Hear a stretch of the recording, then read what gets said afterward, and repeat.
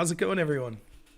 Sorry I'm a little late. I hope I labeled this right. Did I do it right? Let me check here. This is day 7, I think? Oh, yeah. We're labeled right. Thanks for being here. I almost didn't do a video today because my internet went out. So I'm a little late getting on here. I apologize for that. It's so crazy. Like over quarantine, I've had the power go out. I've had the internet go out.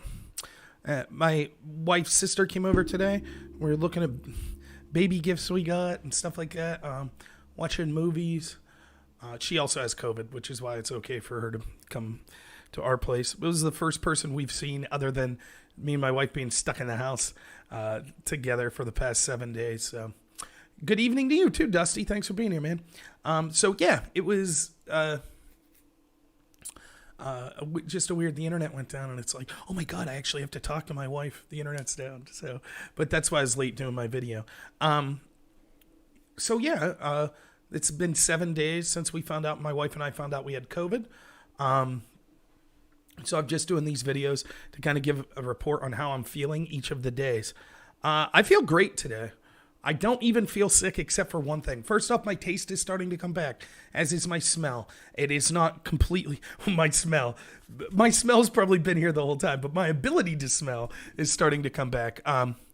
Hey, thank you so much from Hong Kong. I am getting better soon, so is my wife. Or getting better, so is my wife, so thank you. I only have one thing that's worth speaking about illness-wise that's still left, and that is a horrible chest congestion and cough. I had trouble laying down when I'm prone.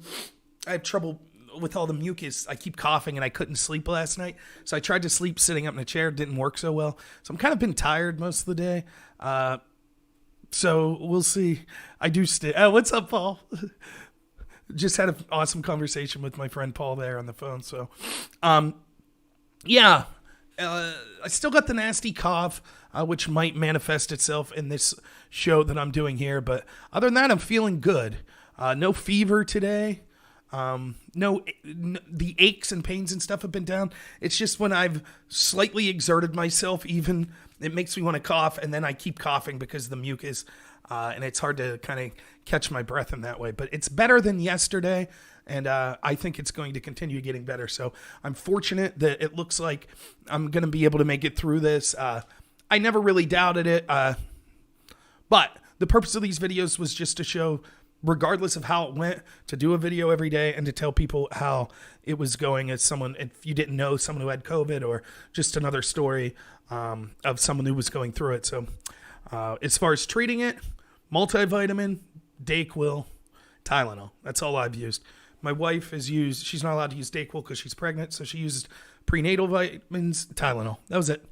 And we're looking like we're getting better.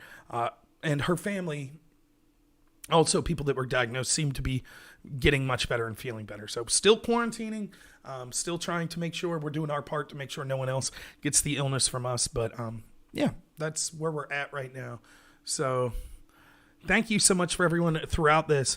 For all your well wishes. I will continue to do these updates on COVID until I feel that I'm completely symptom free, which I'm not there yet.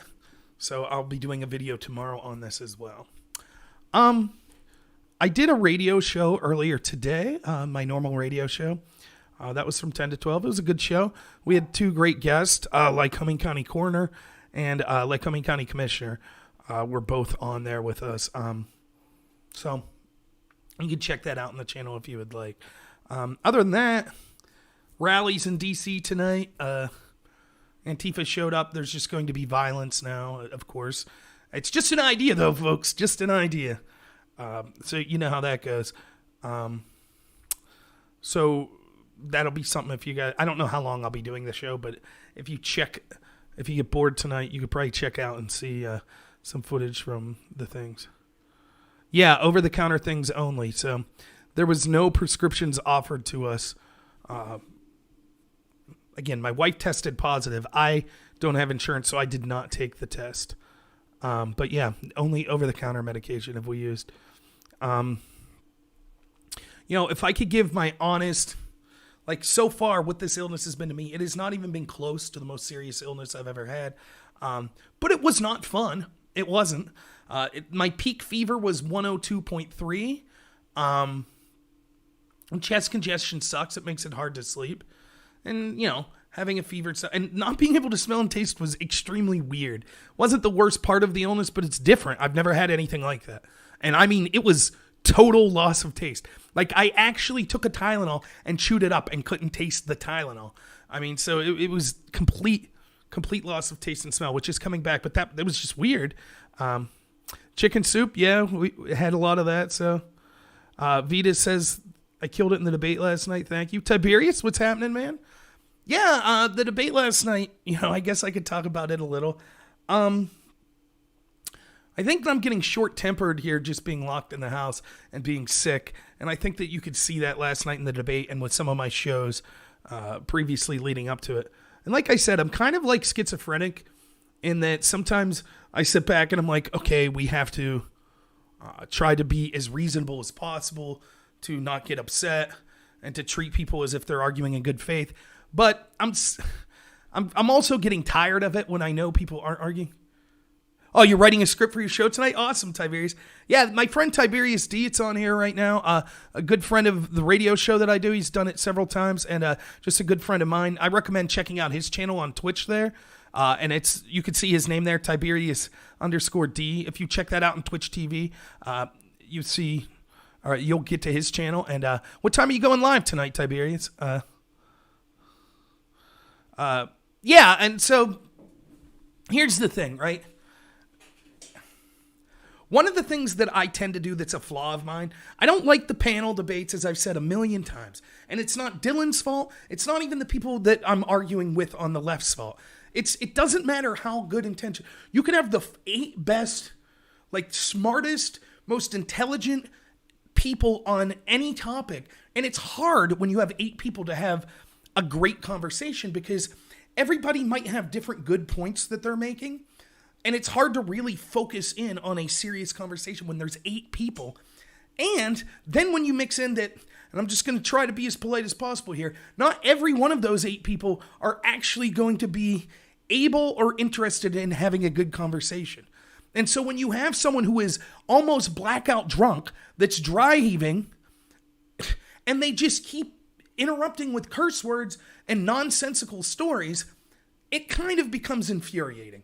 And I think that you could see me start to get a little upset last night of how that was the case.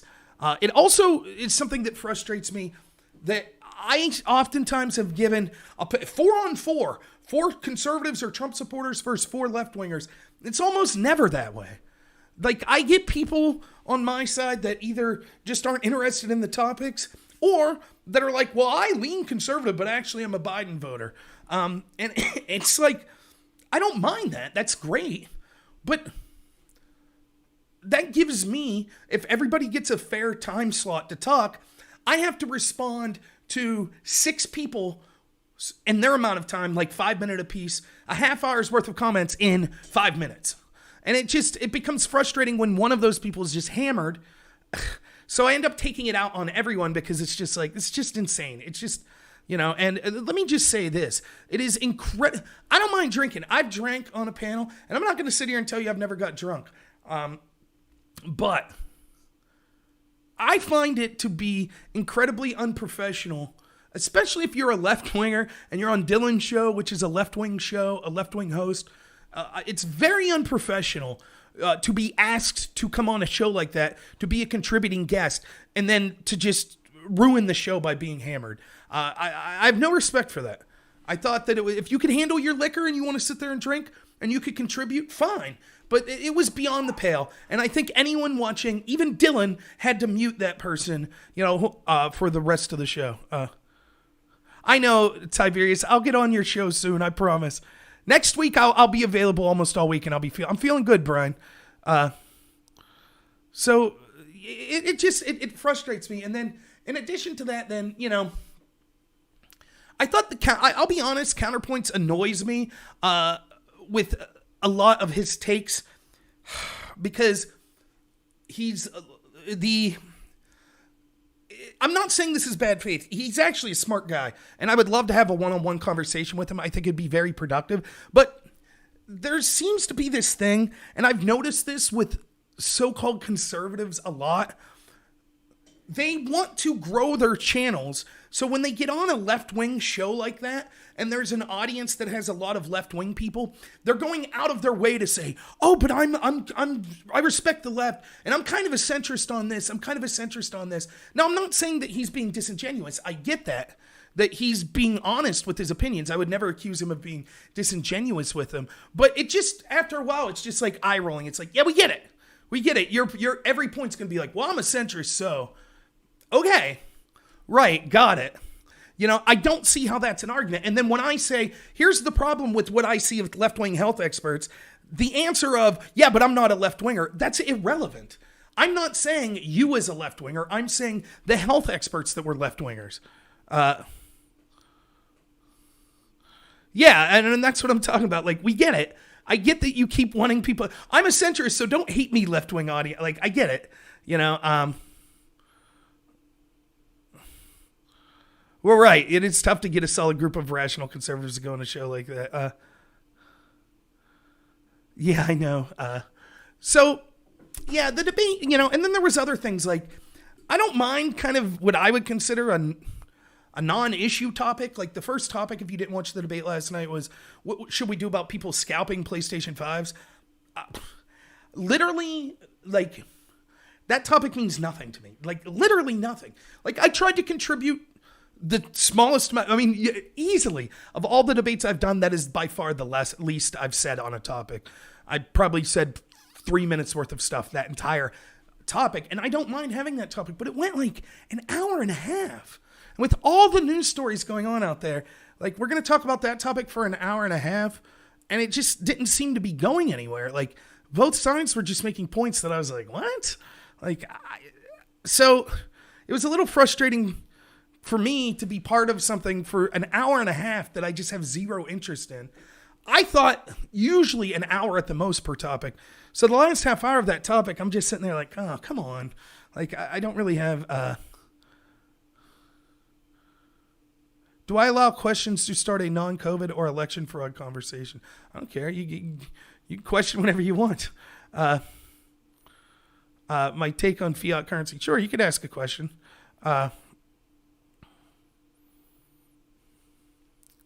But so that it was tough for me to hold. I think a lot of people that were like, "Hey, Rob's doing a debate." You tune in for an hour and you're like, "They're still talking about PlayStation 5." I'm going to tune out. So I think a lot of that happened. This was the first time also that I didn't even remotely check Dylan's channel to see what the commentary from his audience was about me. I'm sure it was all terrible, like it always is. They think that I'm just a conspiracy theorist, like garbage person or whatever. That's fine. I don't even care anymore. So it didn't bother me in the least bit. And then the other two topics were, should we pull troops? Was Trump right to pull troops out of the Middle East? I think people could disagree on it. But, to me, the big story is the military-industrial complex and the intel communities that, by the way, engaged in a coup against Donald Trump because he suggested pulling troops out.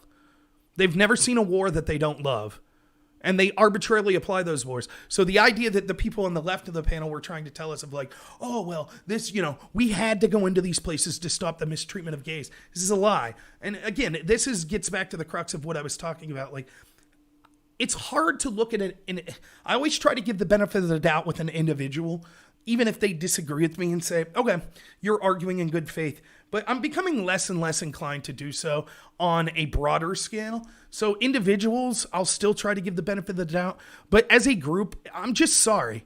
No, I'm sorry.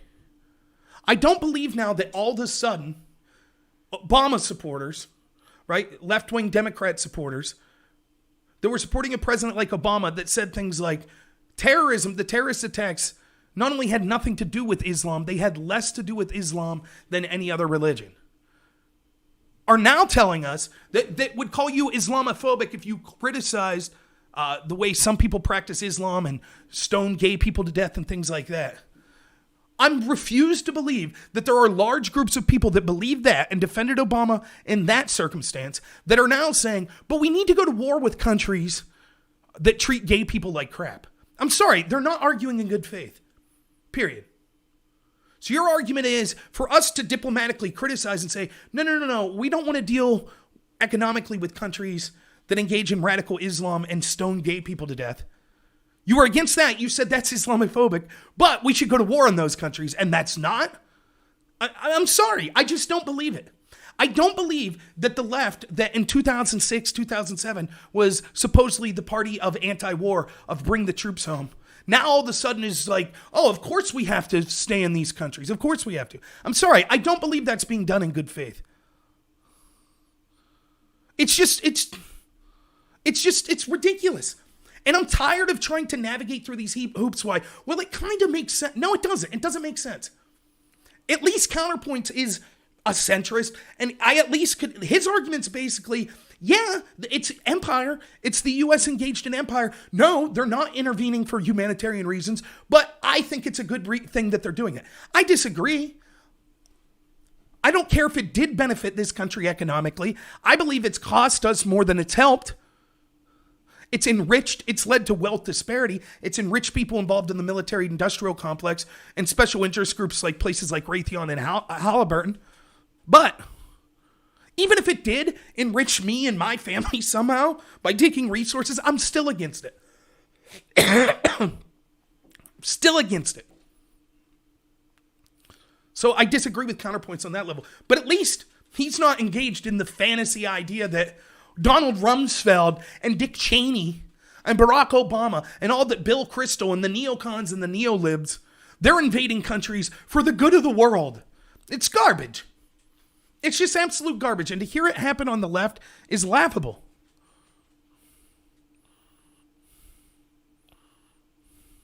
I don't disagree with the last part you're making there. Smells like corn chips. It's ideology versus idol worship. I agree with that. And, you know, I've certainly criticized Trump many, many times where I thought he failed, and I continue to do so. So, yeah, it's about more than just the person of Trump. The disease has been fine. I'm getting better, so. Do I think fiat currency is the biggest scam lie from the federal government with the promise not to print and increase inflation to affect the value of currency? Do you feel things would be better if we were still in the gold standard? You can answer this after current time. Well, I'll answer it now. Yeah, I think fiat currency is a scam. I understand how it makes an economy, more flexible. And it'd be hard to transition away in many ways because we've been so ingrained in the fiat currency style. But sure, once we engaged in the creation of the Federal Reserve, it was the biggest scam in the history of this country. So, you know, being a nerd that I am, one of my favorite speeches is William Jennings Bryan's Cross of Gold speech. In that time period, William Jennings Bryan says he's running for office. He's arguing for a silver standard because the banks back then attempted to buy basically the supply of gold in the country and then artificially release and take out gold from in the flow of the system, how much gold was out there. That way they could artificially create inflation and deflation and control the currency supply. So they wanted to shift to a silver standard. Then in 1913, there's a great book called The Creature from Jekyll Island, which explains the income tax law and the Federal Reserve law that Woodrow Wilson got through. Both passed on Christmas Eve in December of 1913, I believe. So most Congress people weren't even around to vote on this. And that creation of the Federal Reserve, which is not federal, that now controls the printing of our money. So it is a non-governmental bank that we now borrow money from. Yeah, it's horrible. So, but anyways, getting back to the current topic.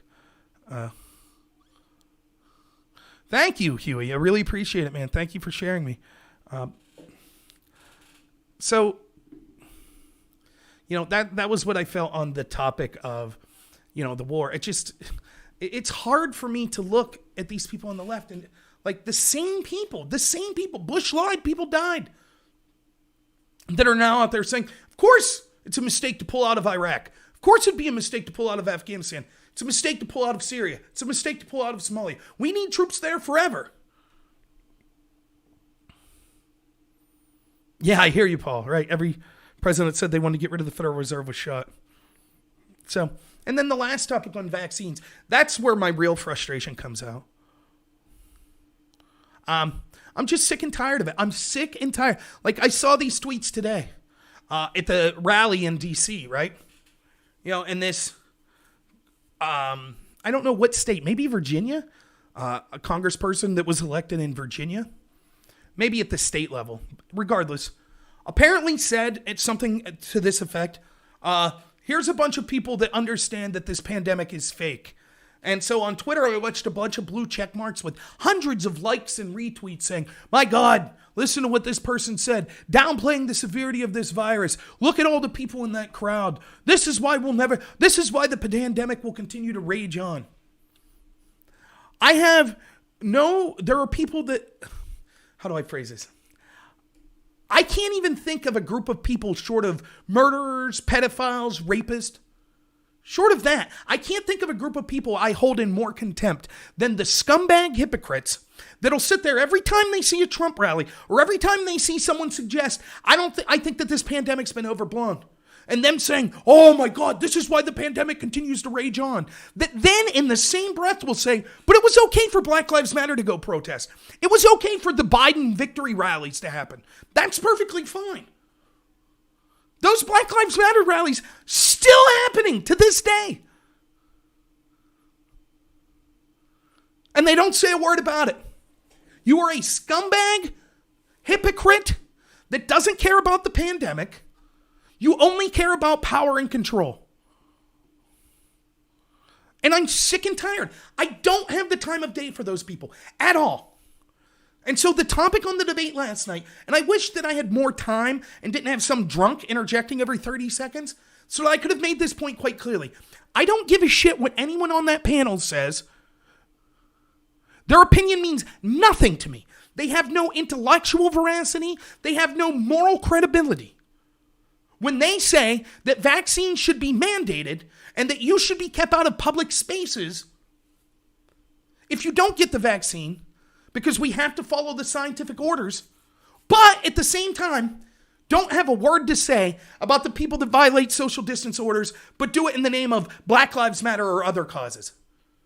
I don't care what they say. They're liars. That goes for the people on that panel. That goes for the thousands of health experts that signed a letter saying that COVID's bad, but white supremacy's worse. So go ahead and get out there and protest it. I don't care. I literally don't care what you have to say. You're a loser. You're not arguing in good faith. And by the way, if you're not arguing in good faith on that, you're not arguing in good faith on any of the other topics we're talking about. You're a hypocrite. Oh, you don't care about old people?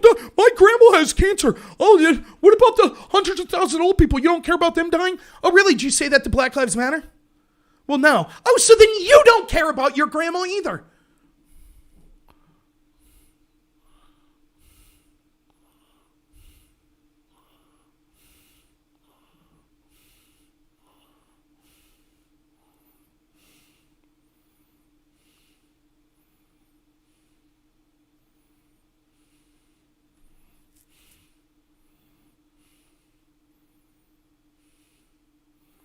Jack Hex Steeler. Again,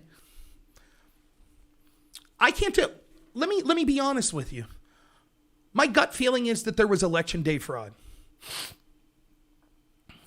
There are certainly questions that have gone unanswered that are seriously troubling. Like, why did 4 swing states that Trump was up in all 4 of them stop counting almost all at the same time in the middle of the night? When they said they were done for the night, only to then, between the hours of like 4 and 7 a.m., after they told everyone they were done counting, to then start counting and have mass piles of Biden ballots that all came in at the same time. Why did that happen? We've only been given, for those 4 states, we were only given one explanation. And that was in Georgia. And in Georgia, they said, well, the reason we had to stop counting was because of pipe burst. That was a lie. It's a lie. There have been hundreds of affidavits that were signed. I can't tell you, though, if those affidavits are telling the truth. A gut feeling is not valid. Sure, it's valid. It's not proof of fraud, but it's valid. It's hard to prove fraud. But there are tons of questions. Though if you've been following my channel, Jack, you would see that I've said over and over, I'm going to be honest with you. I can't see the evidence that people, like when people say, what about this server in Germany that got raided by, have you heard me talk about that much in the show? Nope. Why? Because I can't prove that. Have you heard me talk about much of what the people in the affidavit signed? Nope. Why? Because I can't prove it. Have you heard me talk about Dominion systems flipping votes? Not much. Why? Because I can't prove it. But the election was stolen, as I've told you over and over again, and I can prove it. It wasn't stolen just on election day. It was stolen leading up to the election. The easiest way to see it is the New York Post story. Now remember, the Democrats stole us. In 2016, the election was stolen because 12 Russian trolls posted on Pokemon Go on Facebook. Now, instead of that, we had almost the entirety of the mainstream media, the tech companies, the intel agencies, all collude together to not only bury stories critical of Joe and Hunter Biden, but to claim that the people discussing those stories were, with zero evidence, pushing Russian disinformation. We had a coup against Donald Trump by the FBI that went on for over 4 years. We had them spin any lie, the media spin any lie against Donald Trump for that 4-year period. So the Democrats that wanted to say 12 Russian trolls were enough to have, they called it an act of war. They said that it interfered in our system. It could never happen again. That, supposedly, those 12 Russian trolls, that was election theft, but not almost the entirety of the media, tech companies censoring stories critical of Joe Biden. The intel agencies, 50 intel agents, signing off that, it was clearly Russian disinformation. Now we know the story was 100% accurate. That's theft of the election. That's where I've been focusing my energy. And this is why I don't care what happens to people like you, Jack. I have to be honest. I don't. I will continue to argue against political violence. And I'll argue for fairness whenever I see it. But people like you, I'm assuming, maybe you'll say, no, I agree, that was election theft. So we'll wait to see what you say, Jack. If you don't feel that way, then I don't care about your opinion. Because you're a lying fraud in that case. If you say, I'm okay, and I see it over and over today on Twitter, I don't have people saying, hey, just because the entire media and intel agencies and tech companies want to censor Trump supporters and stuff, that's fine, that's their right, no problem. No problem at all. From the same people that said, we need to censor fake news. I appreciate the attempted humor, Jack. Not very funny, but you're not real left-wingers. You understand that. You're corporatist shills. That's what you are. It's hilarious. Hey, as long as the theft's in on my side, I don't care. It's all cool. It's all legit. Great. I love corporations controlling the flow of information. I love the CIA and the FBI. Yes, you're a corporate shill. Yes, that's exactly what you are.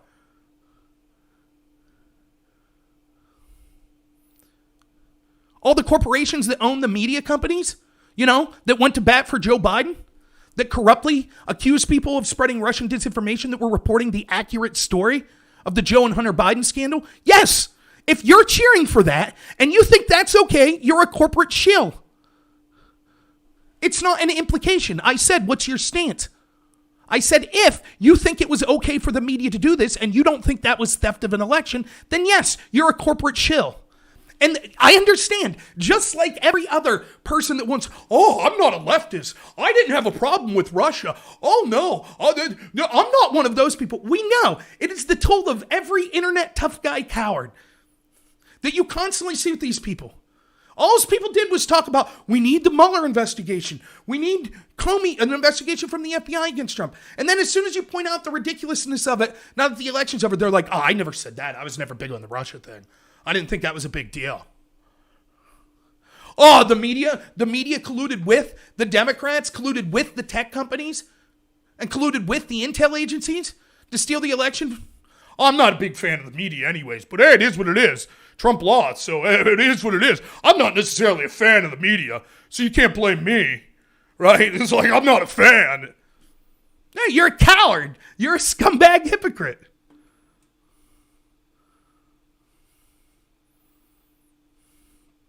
It's laughable. Hey, Fox News. Also a great tool of the leftists. Yeah, Fox sucks. And? Okay?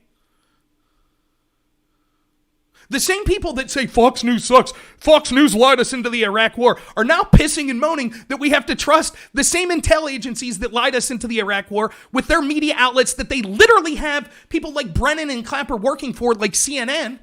Oh, we have to trust those outlets.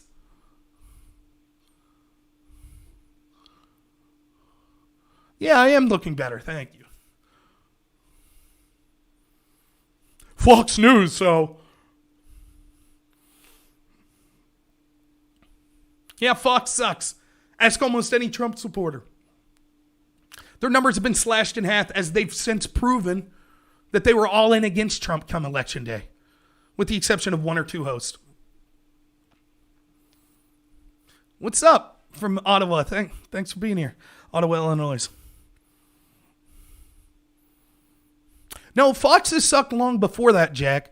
It's just people like you that are shills that want excuses for sucking the teat of the corporate media. You always made excuses for being a scumbag, low information person. You always made excuses and said, but Fox News, it's okay that I'm sitting there eating popcorn watching Jake Tapper and Rachel Maddow every night because Fox News, so it's okay that I'm a loser. No. If you watched my channel, you would hear me calling out Fox News all the time. In fact, I went beyond that and said, you can't just look even, I still like Tucker, but I said, you can't just look at just the networks and say, sometimes I said, hey, I think Jake Tapper did a good job on this, or I think this person on this network did a good job on something like this. Right. I like Tucker and I call you a shill. Yep, absolutely right. Let's see. Was Tucker right on the Russia collusion stuff? Yes, he was right on that. Was Tucker right in the New York Post story? Yes, he was right in that. Do I agree with everything Tucker says? Nope. If Tucker was in the control, if Tucker was in the group, was in agreement with 95% of the corporate media, which he's not, but if he was, and they got buried a story and helped censor people that were trying to influence the outcome of an election, and it turned out that was a lie, you're damn right I would be criticizing Tucker. But that's not what happened, is it?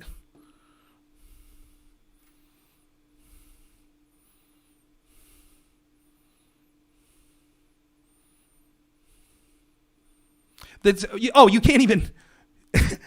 Oh, I see him talking with someone who can't even form a coherent sentence. The same Tucker who criticized Tucker Obama.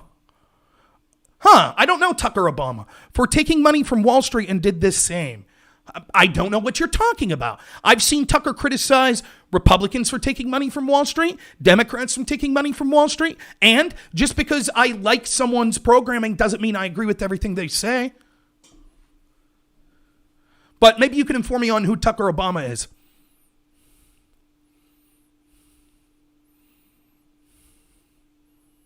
Right, I know you think it's amusing. It is amusing, Jack. It's amusing to see scumbag corporatist shills like yourself say, but there's one person that you said that you sometimes agree with, so it's okay for me to be a corporatist shill. Oh, you like Tucker, so it's okay that I touch myself to Rachel Maddow every night. We get it, Jack. We totally get it. You faux leftists, we understand. And this is what I'm saying. I don't care what people like you think. You're the scumbag lowest of the low. You're a totally worthless, low information lemming. That's all you are. You can't form a coherent thought for yourself. All you could do is engage in whataboutism and say, well, as long as there's one media person out there that has a different voice, well, then it proves that it's okay that 95% of the corporate media is stealing the election for their favored party. That they blatantly lied to cover up a story and said it was Russian disinformation that now 6 weeks later they're saying is true.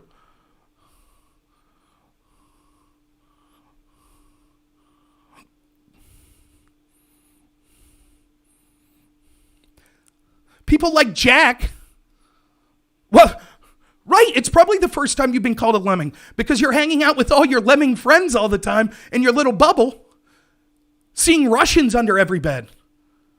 You're just here to shitpost. Oh. Well, that's different then.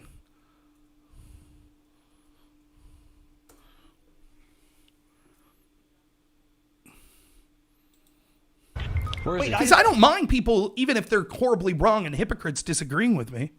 I don't mind that at all. Wrong and hypocrites disagreeing with but if you're admitting you're just here to troll. Wrong and hypocrites disagreeing with But if you're admitting you're just here to troll. Wrong and hypocrites disagreeing with But if you're admitting you're just here to troll. But we don't have to worry about Jack Jack anymore. He won't be around. But we don't have to worry about Jack anymore. He won't be around. But we don't have to worry about Jack anymore. He won't be around. But we don't have to worry about Jack anymore.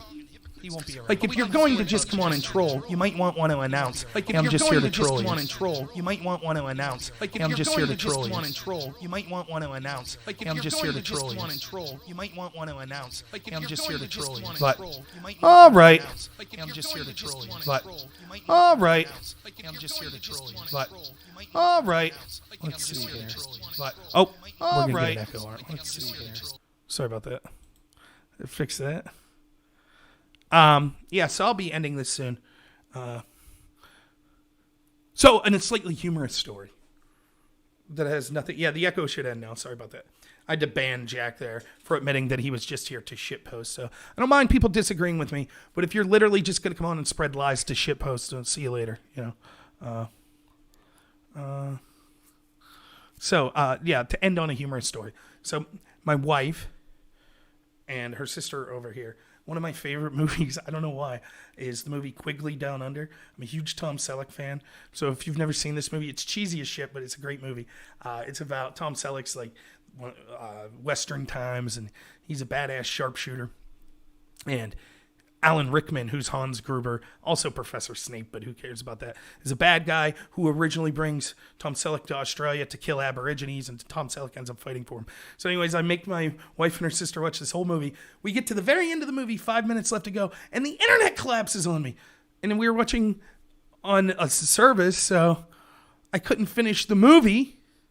What's up, Ramon? Thanks, man. Thanks for the donation. Old enough to remember when healthy mistrust of intel, same people responsible for passing the Patriot Act, are pundits on CNN, feeding you lies and you eat it up like pigs. That's exactly who they are. And again, I don't trust anyone totally. I don't trust Tucker totally. No one. I think more often than not, they have stuff on that I think they're arguing in good faith and that it's truthful. But I've certainly disagreed with him and every other pundit. I've disagreed with Rush Limbaugh. And you should as well. If you're truly a free-thinking person, you'll never find one person you totally agree with. And there's been times when left-wing, there's been people on the left that I've said, yeah, I agree with their point there in the media. What's up, Sarah? So, but whatever. That person was clearly a joke. But anyways, to finish the story. So 5 minutes left in Quigley Down Under, and the internet goes off for an hour. So I couldn't even come do my show. So we were left on a cliffhanger. But my wife and her sister weren't impressed. So they weren't as upset as I was. And I've seen the movie probably a dozen times. So, but, you had an acid flashback there, Modus. Do I think it's possible to see a civil war? Yeah, but it's not. I don't think it'll be what you think. It'll be an information war. There will be talk of secession and things like that. I'll get into it more some other day of exactly what I think will go on with it, but you can't comment in D Live? It's weird. Is someone on D Live watching? Can you type a comment to see if I can see it?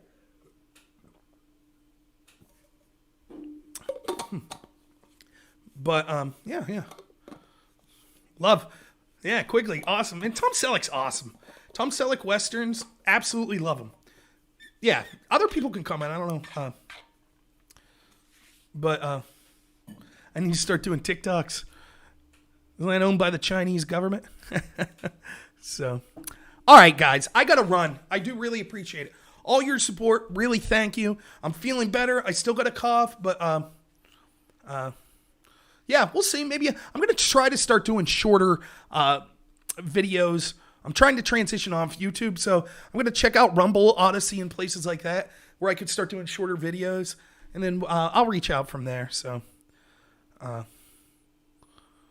right, I get you, Vinchair, absolutely. So, all right, thank you so much, everyone. I will be back on tomorrow at some point. I'm going to head out now. I'm opening baby stuff with my wife and her sister, so it's kind of exciting time. I will have a great night. I'm getting better every day. So thank you, everyone, for your thoughts and prayers to help me through this. And I'll be doing another video letting you know how I'm doing tomorrow as well. So thank you so much, everyone, as always.